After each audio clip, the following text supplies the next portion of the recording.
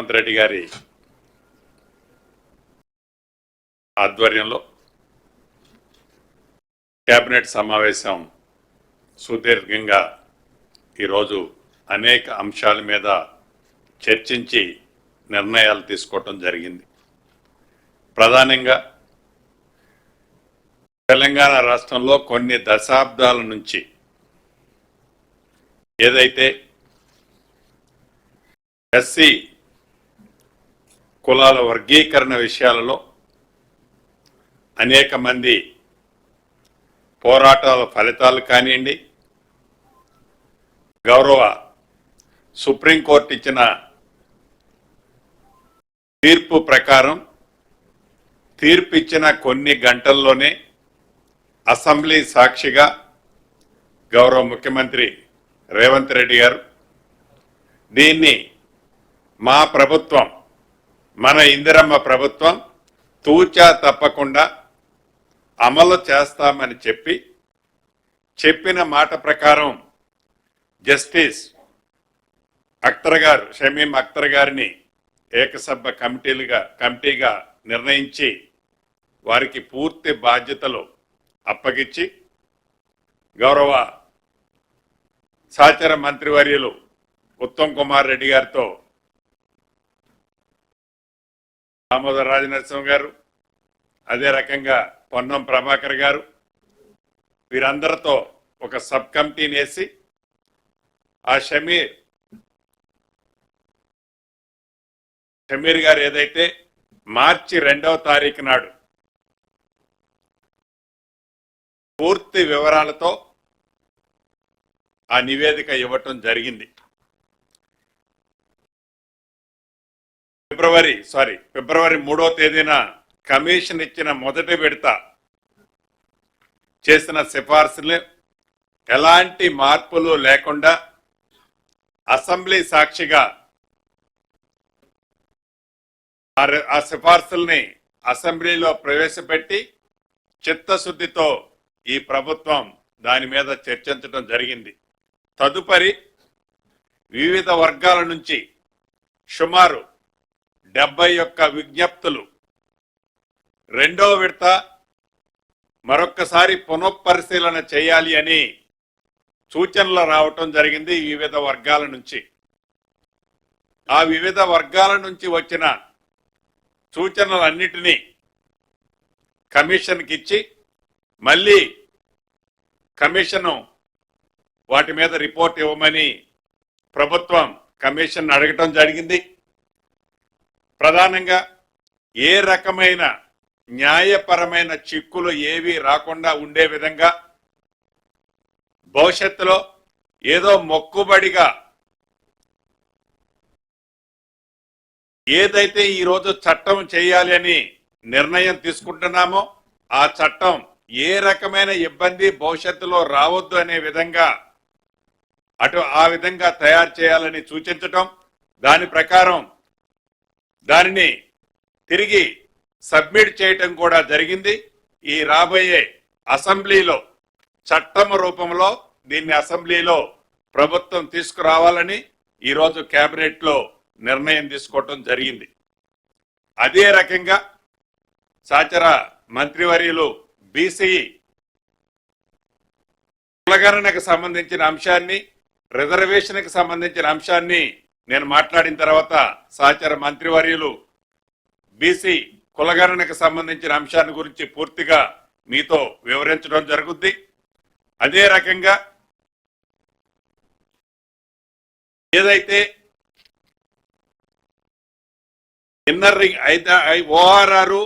ORR తో పాటు urban core area ఏదైతే ఉందో ఈ తెలంగాణ రాష్ట్రాన్ని 3 సెక్టర్లుగా బైఫర్కేషన్ చేయటం జరిగింది. అందుట్లో ఓఆర్ఆర్ కి ఇన్నర్ సైడ్ ఉన్నది మొత్తం కూడా కోర్ తెలంగాణగా, ఇన్నర్ సైడ్ ఓఆర్ఆర్ నుంచి త్రిపుల్ ఆర్ కి బయట బఫర్ కింద ఒక 2 కిలోమీటర్స్ వరకు ఉన్నదాన్ని తెలంగాణ అర్బన్ ప్రాంతంగా, అదే రకంగా మిగిలిన తెలంగాణని మొత్తాన్ని అంటే కార్పొరేషన్ లో మున్సిపాలిటీలు వదిలేసి మిగిలిన తెలంగాణ అంతాని రూరల్ తెలంగాణగా గతంలో అనేక పర్యాయాలు ముఖ్యమంత్రి గారు చెప్పడం జరిగింది.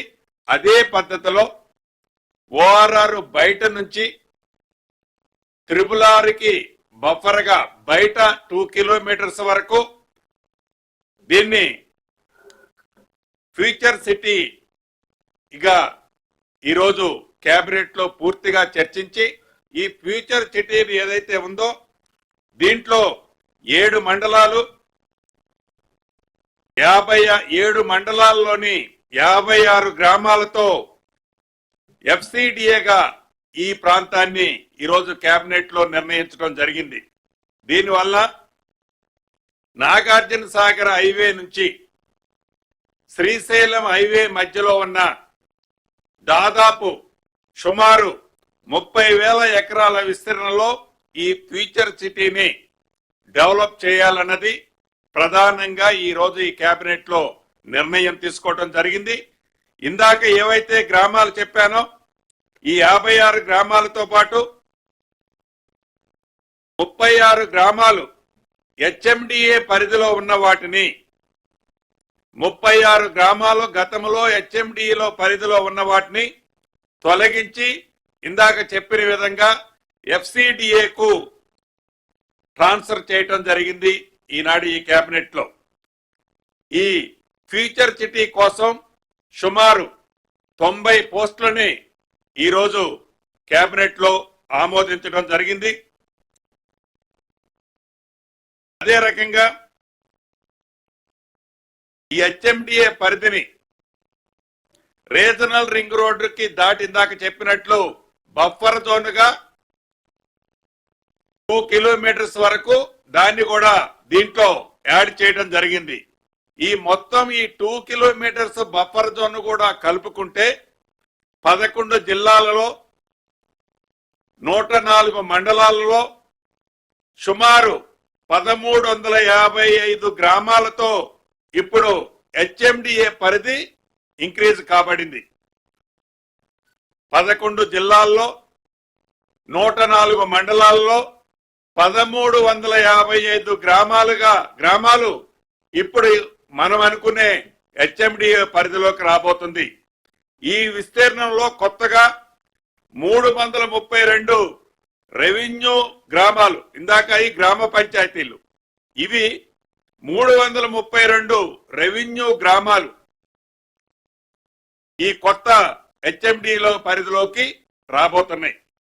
అదే రకంగా ప్రధానమైనది ఈ ఇందిరమ్మ ప్రభుత్వంలో 1 కోటి మహిళల్ని కోటీశ్వరులను చేయాలి అనే చిత్తశుద్ధితో ఇందిరా మహిళా శక్తి మిషన్ కింద 2025 పాలసీని మహిళల కోసం కేబినెట్ లో ఆమోదించడం జరిగింది.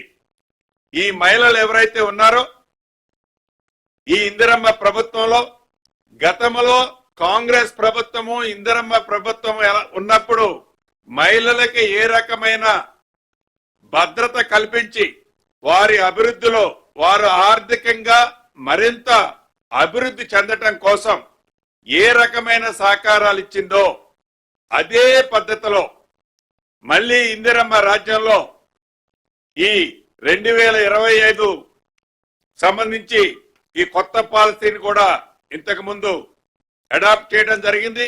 గతంలో గ్రామీణ ప్రాంతంలో ఉండే వాటిని సెర్ఫుల్ కింద, అదే రకంగా పట్టణ ప్రాంతంలో ఉండే ఈ మహిళా సంఘాలని మెప్మా ఆధ్వర్యంలో 2 సెక్టార్లో బైఫర్కేషన్ అయి ఉండేవి. ఈ రోజు కేబినెట్ తీసుకున్న నిర్ణయం ప్రకారం ఇకపై రాష్ట్రంలో ఉండే అన్ని మహిళా సంఘాలు ఒకే అంబరిల్లా కింద, ఒకే గొడుగు కింద ఉండాలని కేబినెట్ నిర్ణయం తీసుకోవడం జరిగింది. వీటితో పాటు ఇంకొక ఇంపార్టెంట్ అయిన విషయం, ఇందిరా మహిళా శక్తి సంఘాల్లో గతంలో 60 సంవత్సరాలకే రిటైర్మెంట్ ఉండేది. దాన్ని 60 సంవత్సరాలు దాటిన వాళ్ళు అనేక గ్రామాల్లో అనేక పట్టణాల్లో ఇబ్బంది పడుతున్నది గమనించి ఈ ప్రభుత్వం 65 సంవత్సరాలకి దాన్ని పొడిగించడం జరిగింది. 60 సంవత్సరాలు ఇంతకు ముందు నెంబర్లుగా ఉండే దాన్ని ఈ ప్రభుత్వం ఈ రోజు కేబినెట్ లో 65 సంవత్సరాలకి పెంచడం జరిగింది.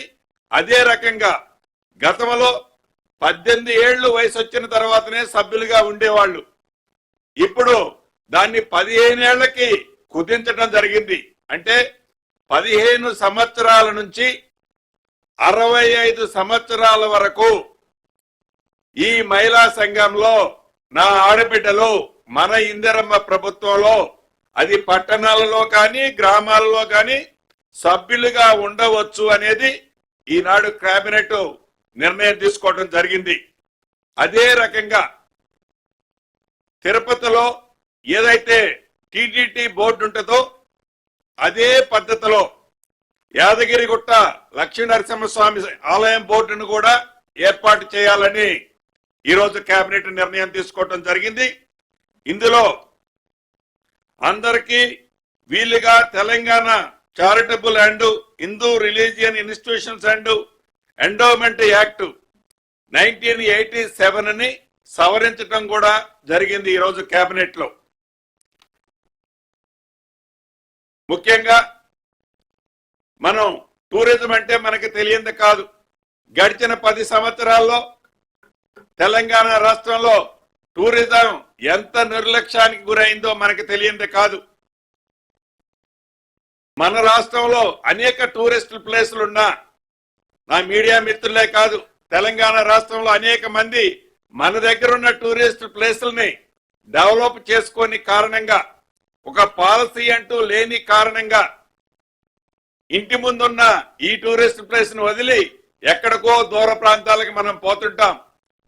అలా కాకుండా ఈ ప్రభుత్వానికి తెలంగాణకి కూడా ఒక టూరిస్ట్ పాలసీ ఉండాలి అని కేబినెట్ లో చాలా వివరంగా విపులంగా 2025 నుంచి 2030 వరకు టూరిస్ట్ పాలసీని ఈరోజు కేబినెట్ ఆమోదించడం జరిగింది. రాష్ట్ర వ్యాప్తంగా 27 స్పెషల్ టూరిస్ట్ ఏరియాలని పర్యాటక కేంద్రాలుగా పూర్తి స్థాయిలో అభివృద్ధి చేయాలని కూడా కేబినెట్ ఈ రోజు నిర్ణయం తీసుకోవడం జరిగింది. రాబోయే 5 సంవత్సరాలలో ఈ టూరిస్టు పాలసీ వలన 15,000 కోట్ల రూపాయలకు తగ్గకుండా పెట్టుబడులు వచ్చే విధంగా ఆ దిశలో అనేక నిర్ణయాలు ఈ రోజు కేబినెట్ లో ఈ కొత్త టూరిస్ట్ పాలసీని గురించి నిర్ణయం తీసుకోవడం జరిగింది. అంతేకాదు మే నెలలో జరిగే మిస్ వరల్డ్ 2025 పోటీలకు హైదరాబాదుకి ఏర్పాటు చేయాలని, దానికి ప్రపంచ వ్యాప్తంగా వచ్చే సుమారు 140 దేశాల నుంచి వచ్చే అతిథులకి ఎక్కడా లోటు జరగకుండా ఉండే విధంగా మహా అద్భుతంగా ఆ కార్యక్రమాన్ని ఏర్పాటు చేయాలని కూడా ఈరోజు కేబినెట్ నిర్ణయం తీసుకోవడం జరిగింది. నా శాఖకు సంబంధించి మన ఇందిరమ్మ ప్రభుత్వం వచ్చిన తర్వాత ఏవైతే రెవెన్యూ గ్రామాలకి 10,954 రెవెన్యూ గ్రామాలు ఏవైతే ఉన్నాయో ఈ రెవెన్యూ గ్రామాలకి నాదులు అనేవాళ్ళు ఎవరూ లేని కారణంగా గడిచిన 10 సంవత్సరాలలో ప్రజలు ఎంత ఇబ్బంది పడ్డారో మనకు తెలియంది కాదు. అనేక పర్యాయాలు గౌరవ ముఖ్యమంత్రి గారు సహచర మంత్రులు నేను చెప్పాం. అన్న మాట ప్రకారం ఈ 10,954 రెవెన్యూ గ్రామాలకు రెవెన్యూ అధికారుల్ని నియమించాలని కేబినెట్ లో నిర్ణయం తీసుకోవడం జరిగింది. ఏదైతే గతంలో విఆర్ఏ విఆర్ఓ వ్యవస్థని పూర్తిగా ఆనాటి ప్రభుత్వం డిమాలిష్ చేసిందో దాంట్లో యోగ్యులైన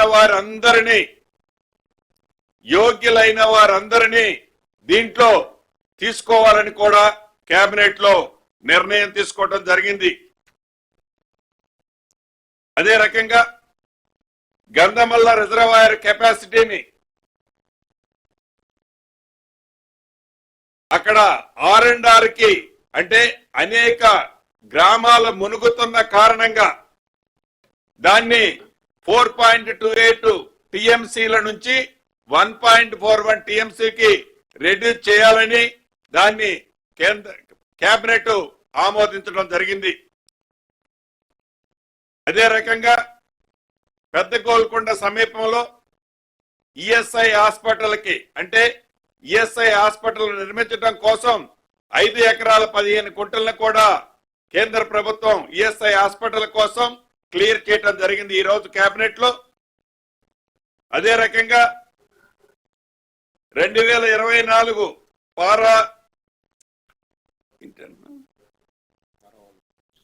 పారా ఒలింపిక్స్ కంశ విజేత పతాక విజేత దీప్తి జివాంజీకి ప్రభుత్వం ఉద్యోగం ఇచ్చేందుకు మంత్రివర్గం ఆమోదించడం జరిగింది.